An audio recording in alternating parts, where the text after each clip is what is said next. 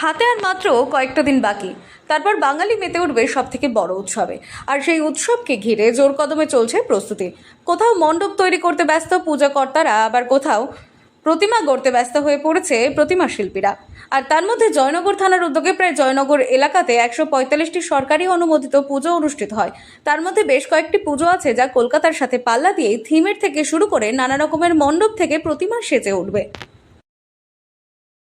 আইসি সহ একাধিক আধিকারিক গভর্নমেন্ট অফিসার এসেছিলেন পুজোর প্রস্তুতি দেখতে। কারণ আমাদের পুজোটা একটু লোক সমাগম বেশি হয়। আমাদের জয়চণ্ডীতলা সার্বজনীন দুর্গোৎসব কমিটি বহু প্রাচীন মন্দির। এখানে দুর্গাপুজো অবশ্য আমাদের 31তম বর্ষ, কিন্তু মন্দিরটি থেকে যেহেতু জয়নগরের নামকরণ হয়েছে, তো আশেপাশে প্রচুর লোক এখানে সমাগম হয়। এবং আমাদের এবারের পুজোয় আমরা মহিলাদের সুরক্ষার দিক দিয়ে বেশি জোর দিয়েছি। আমরা মণ্ডপে সিসিটিভি লাগিয়েছি এবং পুরো রাস্তায় সিসিটিভি থাকছে। সিভিলে আমাদের ভলেন্টিয়াররাও থাকছে যাতে মহিলাদের সুরক্ষাটা থাকে। সাথে সাথে শৌচাগারের ব্যবস্থা আমাদের পৌরসভার তরফ থেকে করে দিয়েছে অলরেডি। সেই মতো জয়নগর থানার উদ্যোগে জয়নগর থানার নজর করা মণ্ডপগুলির রাতে জয়নগর থানার আইসির নেতৃত্বে পুলিশের একটি বিশেষ দল জয়নগরের একাধিক পুজো মণ্ডপে প্রস্তুতি ঘুরে দেখেন।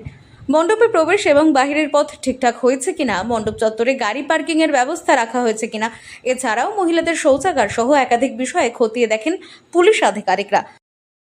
তরফ থেকে জয়নগর প্রশাসন এবং জয়নগর মঞ্জুরপুর মিউনিসিপ্যালিটিকে ধন্যবাদ জানাই। তারা আমাদেরকে প্রচণ্ড সাহায্য করেন। আশা করি আপনাদের আশীর্বাদে আমরা আগামী দিন আরও ভালো পুজো করতে পারবো। এবং শুধু পুজো করা নয়, পুজোর সঙ্গে সমাজের আরও ভালো ভালো কিছু কাজ করতে পারবো। মানুষকে বস্ত্র বিতরণ করা, বিভিন্ন জায়গায় ত্রাণ দিতে যাওয়া, কিছু গরিব মানুষকে সাহায্য করা, যেগুলো করতে চাইছি, করছি। এবং এটা যাতে বহাল রাখতে পারে জয়নগর জয়চণ্ডীতলা সার্বজনীন দুর্গোৎসব কমিটি, সেটাই আমরা চেষ্টা করি।